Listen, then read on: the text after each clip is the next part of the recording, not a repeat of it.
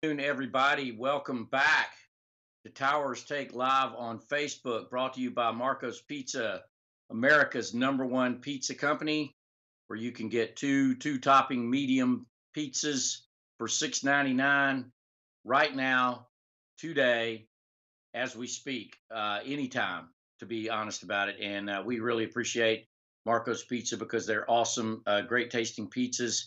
Merry Christmas to you. I don't know if it's feeling like Christmas to you, but it is. And uh, I hope everybody's feeling festive. I'm not sure that I'm exactly feeling the Christmas spirit from the Bulldog Nation, as it were.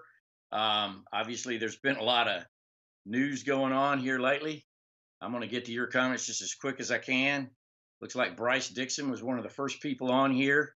Uh, Gary and Kristen Gulisano are here. Bryce Dixon, Francis Turcado, Josh Hobbs, Jamie Richardson, Gina Sheffield. Man, all kinds of people are on here. We're 600 people of you right away, so I best get to it.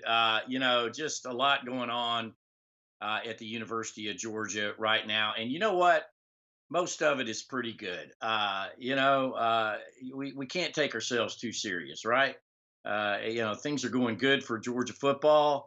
Um, Justin Fields' situation is a drama. It certainly is. It's interesting to say the least.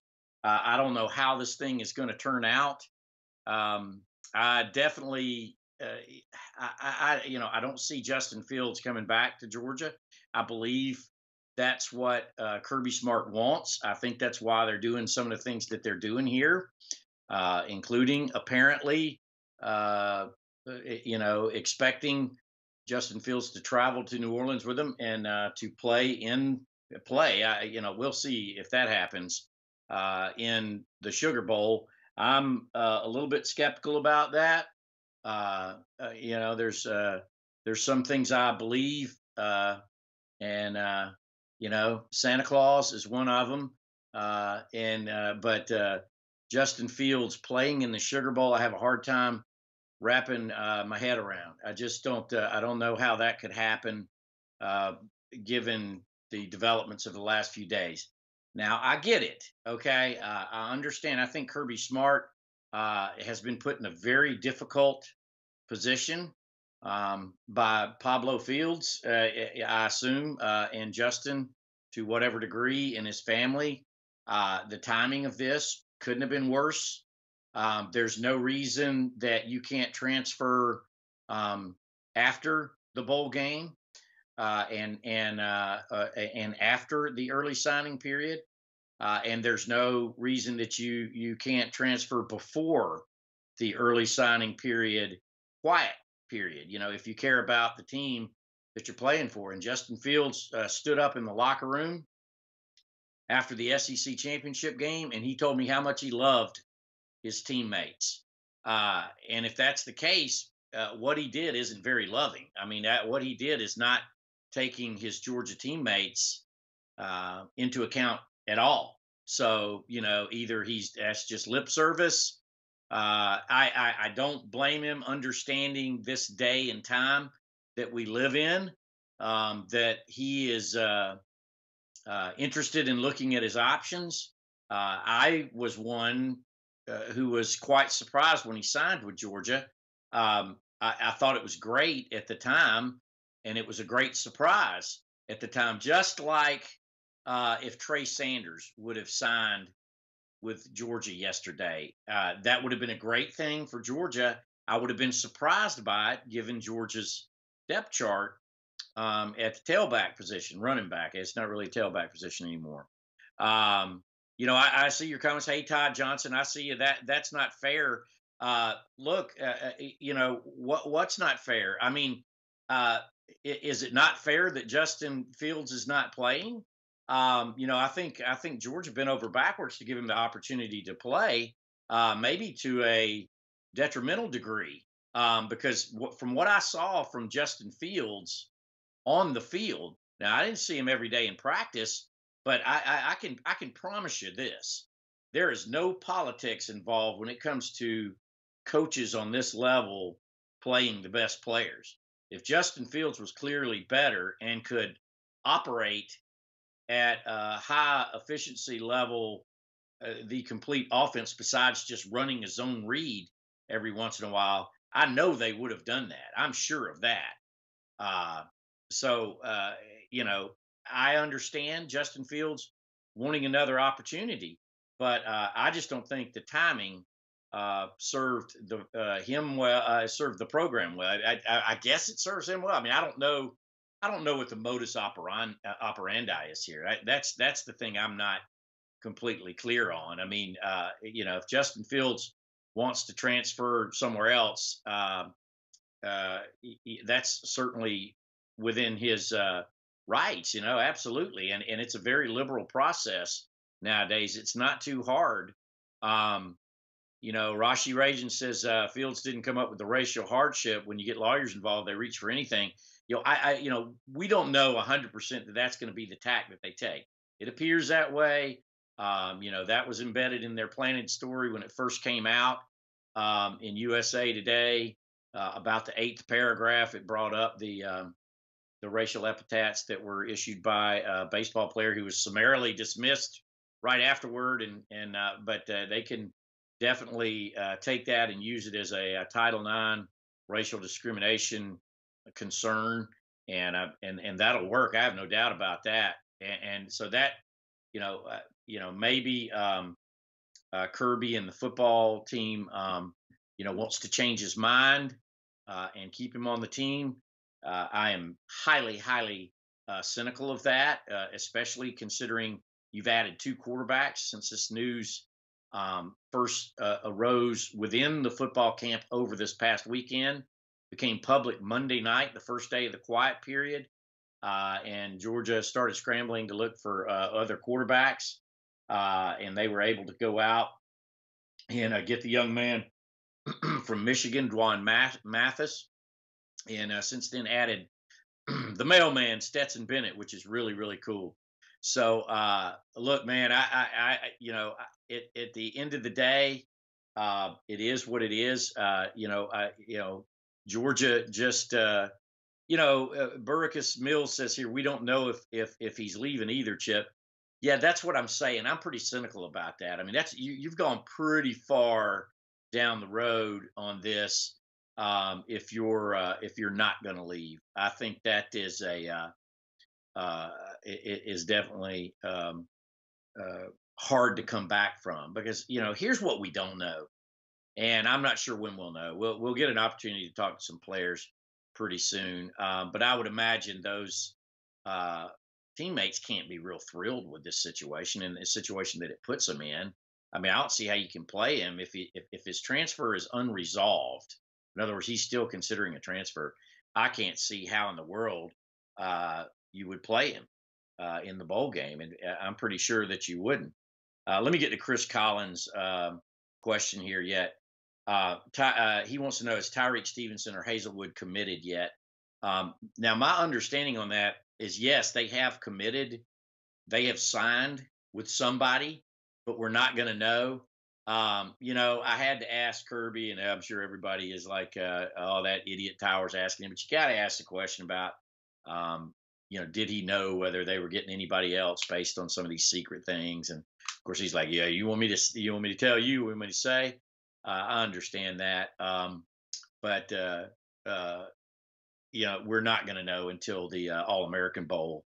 I believe both those guys are playing in. Is that right? I don't keep up with the recruiting thing quite as close as a lot of you guys do, actually, and certainly not Jeff Sentell. But Tyreek Stevenson, the cornerback out of Fort Lauderdale, Miami area. I mean, I think Georgia's going to get him. Hazelwood, you know, some of that might depend on how this whole Fields thing jumps out. So I just wanted to bring some levity to the situation, so that's why I had a little fun with these today. But you know, it's a complicated situation, and Kirby Smart and his staff are managing it the best they can. Let me get to some of your questions here. Let me get it updated. Yeah, Clarence Walker, no word on Hazelwood yet or where he's leaning now. I got to admit, I hadn't checked on it today, in the moments before we started this broadcast, I was in an aisle at Target doing some Christmas shopping. So I haven't been scouring the internet or tearing up my phone these today, but because quite frankly, I has other stuff to do. But I think they're going to get Stevenson. I don't think they're going to get Hazelwood. That's just Chip's opinion. We'll see. And I think all of that might have something to do with the Justin Fields situation. The Hazelwood, they're supposedly close from everything I hear. Um, that I heard about that Rashi and I don't know, I can't read between the tea leaves on a lot of this stuff. Here's the thing though. Now a lot of people asked me earlier this week. I was on with Griff and the Chip and Griff show, Mike Griffith, and I've done a lot of radio and a lot of TV the past week between the recruiting and the Justin Fields situation. And I did not, everybody asked me if this would be a distraction. I said, absolutely not. But I may change my tune on that a little bit. The longer this carries out, supposedly he's practicing. This is what Kirby says. He's repping with it too. I don't think he's going to lie about that. But they're closing the practices, which is very unusual. In a pre-bowl game, an on campus practices for a bowl. Normally, you can go out there and yes, if we'd have gone out there, everybody would have been looking to see his number one working out with the quarterbacks. He says he is, and that's fine. But once you go to New Orleans, things are going to change a little bit.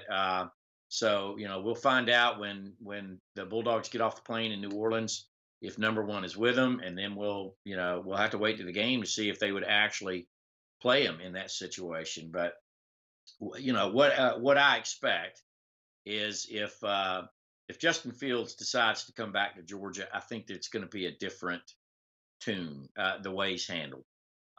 Let's touch on that for a minute, and I see a lot of statements on here and in the Facebook comments feed, and that's fine. We love to hear your opinions, but I'm here to answer your questions. So if you have specific questions for me, I will do my best to answer them, or at least give you my opinion on it. Jill Cobb Burke says, "Is it true that Cook is thinking of transferring?" No, I don't think that's true. But I don't know that because I haven't talked to James Cook. He's a true freshman. We haven't been allowed to talk to him, and I'm not sitting there calling the family and friends of 85 different people on scholarship to find out what their feelings are right now. So it is that time of year. Less talked about at this point is Luke Ford, the quarterback. The tight end from Illinois is in the transfer portal as well. So the portal, they're about to be beamed up, right? That's a great name, isn't it? But Luke Ford played in a lot of games for Georgia. He had more snaps than Justin Fields did, with Isaac Nauta's situation still in the air. I don't know whether he'll turn pro or not, but it's the fact that he's still considering it at this point is pretty serious. Kibo Weir, I'm gonna do some questions now. We got some people asking questions. Thank you. Is Stetson on scholarship? Kibo Weir wants to know. Yes, he is. He wouldn't have come back without a scholarship. That's the reason he left in the first place. Let's see. There was another question here that I thought was a good one. Where did I get that? Who will be the DC? We'll get to that in a minute. Do you think Dean will play right away? I don't know. That's we'll have to see. It's a very good possibility. When you get a 5-star like that to come from Mississippi, usually you're thinking as you can get him to come in and play right away. And Georgia certainly needs some help in that regard. Where was that question that I liked? I missed a lot of questions in here. I appreciate it, guys. Alan Frazier, what's the word on Hardman, Ridley, Nauta, Holyfield, and Reed? We don't know because that evaluation process they have until January 15th to declare, and we have been told that they're undeclaring at this point. They're still gathering. But here's what I think. I think Hardman's going to stay. I think Ridley's going to stay. I think Nauta might go. I think Holyfield's going to stay, and I think J.R. Reed's going to stay. That's based on feedback about what they may be getting. Oh, the other question, it was from Travis Boutwell. What's going on with Gibbs? What's going on with Gibbs, as I understand, is the same thing that was going on with Gibbs before. Um, Look, I think this guy's a really good player. Georgia wouldn't have fooled around with him as long as they have if they didn't think he could really help him and they didn't think he could turn it around. But I think his is just a personal responsibility issue. And that's my understanding on it. Is just about being at places where you're supposed to be on time and doing what you're supposed to do on time, and being where you're supposed to be and all that kind of stuff. And he was on a short leash with Evans Garden, was doing really, really good. I hope a lot of people saw the little story I did. He was among a handful of players that visited Piedmont Athens Regional Hospital. I think it was right at Thanksgiving, to see some sick kids up there. He was doing a really good job, but then I understand he messed up again from that standpoint. He, like I said, he was already on a three strike situation. So yeah, the bottom line is Kirby wouldn't say he's gone forever. He left that door open again. So I don't know what the status is. I would not expect him to go to the Sugar Bowl for best. Excuse me, I read something there. For the at the least. Chip, what's best for Georgia? Should Fields stay or go? So this causes a lot of controversy, but I think it's best that the kid go, because I think he's an overall distraction. I think he's a locker room divider, and I think if you read between the lines, or actually you just read the lines of Dwan Mathis's father, he's the one who's talking to Georgia's coaching staff directly about this situation. And when he talks about his son coming in and learning from Jake Fromm, learning how to play the quarterback position and study the quarterback position from Jake Fromm, and not be a divisive force in the locker room, tells you all you want to know. You guys probably saw the video provided by WSB's Zach Klein that we ran on the Dog Nation website that had Justin Fields in the second game of the year running off the field, grousing to his teammate Eric Stokes about, yeah, I did a great job handing off, and kind of complaining about it. Again, there's no politics here. If Georgia thinks that Justin Fields can get out there and line up and throw the ball and run the offense better than Jake Fromm did, they would have done it, but they didn't do it. So I'm left to assume, because we're only given 10 minutes max to watch practice twice a week, and that's drill work. I can't have a strong opinion. All I can go by is what I saw in the games. Justin Fields, outside of Austin P, and granted against Tennessee for a little while, he looked pretty good in that game. In every other situation, I didn't see much from him because of the way Georgia handled him. I got people on here right and left telling me about, you can't be this way with a next generational player and an all decade player and everything else. You're guessing on that. Nobody knows that, except maybe Georgia's coaching staff. And I think the fact that they've done what they've done to try to keep the guy tells you that they think he has great potential. Fact of the matter is, he's not better than Jake Fromm, and Georgia believes their coaches. So I'm left to believe, just with my own eyes, that Georgia is a better football team with Jake Fromm at quarterback. Justin Fields was given every opportunity in the world to beat this guy out, and he didn't do it. And Jacob Eason couldn't do it either. So I mean, he's now run off 2 5-star quarterbacks. That's the story that's really not getting echoed out there enough. I mean, I think if you look at it, Jake Fromm leads Georgia to the national championship game, and right away he's got to fight for his life for his position. And I think it was detrimental a little bit early, but that's not bad. That's what Kirby does. That's what Nick Saban does. I mean, you can argue till the cows come home as to whether you should treat the quarterback position the same way you do right or left guard, or outside linebacker, in terms of breeding competition. I think it's a little bit more complicated than that at quarterback position. Just look at the NFL, for example. I mean, they don't necessarily keep two great quarterbacks and let them battle it out in the NFL. You got a guy, and then you got the clear backup. And I think there's a lot of reasons for that. I think it gets a little bit confusing. Let's look at Georgia's season, okay? Let's go to the LSU game, okay? Jake did not play very well, and that was the first time we're like, what the heck are they doing with Justin Fields here? My understanding is coming out of that game, there was a lot of finger pointing, a lot of people saying they weren't getting enough touches, a lot of people saying they weren't getting enough snaps. I also understand that it was at that game that was a crossroads moment for Georgia's season, and Kirby Smart and his staff came out of that game and said, enough with the touches, enough with everything. We're going to focus on getting better and winning and not keeping everybody happy. What happened in the next game? They played Florida. Justin Fields didn't play in the game, and Georgia played wonderfully. They played great. Jake Fromm had one of his best games of the year. I just think that's the human condition, and is not looking over your shoulder all the time. And there's also the argument that this guy getting reps could be robbing some of your reps. I mean, I don't know about that, but I thought the SEC championship game now was mighty, mighty, mighty curious. The way they use things. I mean, you think about it. The last drive, the game's on the line. Georgia gets the ball with the game tied. They put Justin Fields in on first down. He loses a yard on his own read play. Second down, Jake Fromm's in. Third down, Jake Fromm's in. Fourth down, you going for it on fourth 11, Justin Fields in the game. I mean, it looked to me like they did everything they possibly could to make Justin Fields a hero in that game.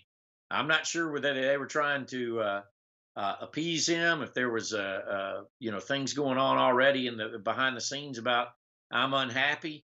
But here's the point. And again, I want a little levity on this subject.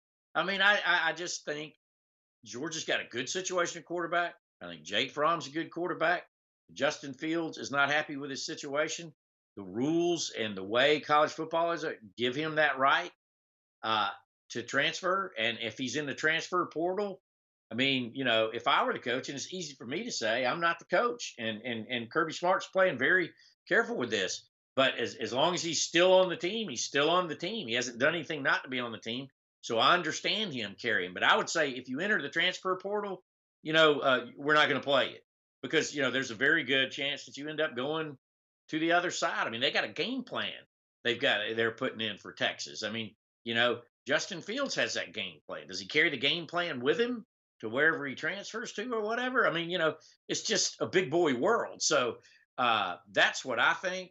But I just but what I think is different than the vibe that Kirby's at. Kirby is got a very delicate situation on his hands, and he's trying to keep all sides happy, and that's a very, very, very difficult proposition. I want to remind you guys here now that this episode of Towers Take is brought to you by Marco's Pizza, where you get fresh made dough, original sauce, and 3 signature cheeses on every pizza every day. You can get 2 of them now, 2 topping medium pizzas for $6.99 each, every store every day, and it's a great deal. And I would, this time of year, it's Christmas. We're all shopping. We got things to do. It's a great time to have you a Marco's Pizza and eat that. Hey, real quick before I forget, looking at your comments here, there is a basketball game Saturday. Georgia plays at Georgia Tech. That's going to be interesting. If I'm not mistaken, I think Georgia Tech just knocked off somebody. That's going to be an interesting game because both of these programs are in a little bit of a rebuilding mode. Montega's map has a great. This reminds me back in the day we had Quincy Carter, Daniel Cobb, and Nate Hibble. That's a good. And Quincy Carter chased everybody off, and then that ended up not being that great of a thing. The good thing about Jake Fromm, I mean, I don't think he's going to go anywhere from you. I mean, I think he's going to be there for you, so you don't have to worry about that. He's not going to transfer or anything like that, as far as I know. I mean, wouldn't that be a shocker if Jake Fromm just said, you know what, I'm done with this situation. But we're getting down to 5 minutes. What about Bishop? Trent, that's still he's talking about Trey Bishop. That's still a legal situation. That's in the hands of the courts, and nothing's happened with it. I've been keeping an eye on it, and Georgia's not going to do anything till the legal situation plays its course. Um Chico Derrick says Kirby's keeping all sides happy. Is he keeping the boosters happy? Or he says he is keeping the boosters happy. I don't know about that. That'd be interesting to know. Don't coaches play in last games before they leave? I guess you're referring to Paul Johnson, but that's a little bit different. And maybe a defensive coordinator standpoint before you go take another job or something like that. But no, not generally. If you're taking the Alabama job or the Georgia job, um, one head coach going to another place, you don't do it. Paul Johnson's retiring, so that's a little bit different. Um, but look, hey, everybody's got their opinion on this, and I do think it's a very complicated situation. I don't think it's cut and dry. I think it's very difficult to juggle. If you see that, I'm sorry, there's just some funny comments here. If you saw Steve Hummer's column in the Atlanta Journal Constitution, he does a good job of explaining it. I mean, this is a situation where Kirby's trying to keep a player happy while also, trying to keep his team happy and competitive. It's tough. And yeah, Brandon Willis says here, Jake, win us a national championship. I mean, I tell you, all these developments have just seemed to have lit a fire under him. He seems to have just gotten better and better. And Jake Fromm, you're talking about a top three, top 4 or 5 quarterback in America. I mean, top three in pass efficiency, behind only um, behind the Heisman Trophy winner and Tua Tungavaloa. So you know, I think Walt Spence has a great point here. He says it's the Russians' fault, and I think it probably is. Jess Anderson, good question. From staying all four, you see, nobody knows that. And I'm sure that's what they were trying to sell, Justin Fields. But look, this is just my opinion. You come on here to listen to Towers Take, right? Um, just the fact that Georgia now has Dwan Mathis and Stetson Bennett on scholarship at quarterback, as well as Jake Fromm, tells me that Justin Fields is not coming back. And if he is, in fact, unhappy with the way things went this year, then I can understand that. Now, I can see where Georgia could have done a better job with how they handled the entire thing. I didn't like the come in for one play stuff. I didn't like the only come in for run stuff. But all that tells me is that uh, Georgia's coaches did not have trust in Justin Fields to let him do that. And look, to me, there's no more evidence than the last play, the worst play in the history of Georgia football, in my opinion, on 4th 11. But the ball's in Justin Fields' hands in that situation, and he had directives on that play, and he didn't come through. He didn't do any of the things that he was supposed to do on that play. So, and that happened a couple of times. So, I mean, at the end of the day, you got to do it on the field. And Justin Fields didn't do it on the field, and Jake Fromm did. So that's just where I am. I just believe what my eyes showed me. I get it with Justin Fields. I think he can be a great player, and I understand if he wants to go somewhere else to try to be that good player. I don't think it's the end of the world for Georgia. I think Georgia will get other quarterbacks.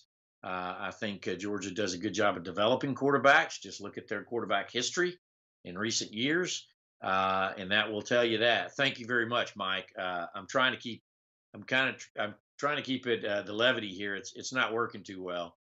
Um, but look, I got to cut out of here. I want to thank you guys for hanging out. Thanks for your patience. Hey, everybody be nice to each other in this thing. I mean, everybody's got an opinion. I think Kirby Smart has a very difficult time challenge with this situation, and it's not an easy one. He's doing the best he can. I don't think he's handled it perfectly, but I don't know how this situation would have been handled perfectly. It's going to be real interesting to see what happens in New Orleans. Just again, my opinion, I'm skeptical about A, Justin Fields playing in the Sugar Bowl, and B, even being with the team in the Sugar Bowl. But right now he's with them. That's what Kirby tells us. We're left to believe it, and we'll see it. Hey, yeah, everybody be good to each other. Enjoy the holiday season. I hope you have a good time with your families. And if you get a chance, pick up the phone or get on your computer and get you a Marco's pizza to fill in the gaps as you hustle around at this holiday season. Thanks again for everybody at Dog Nation. Guys, back to the studio. Hey, we still got lots of reporting to go on. And so keep checking the site and your app regularly because you will find news there. Thank you very much and see y'all next time. Merry Christmas.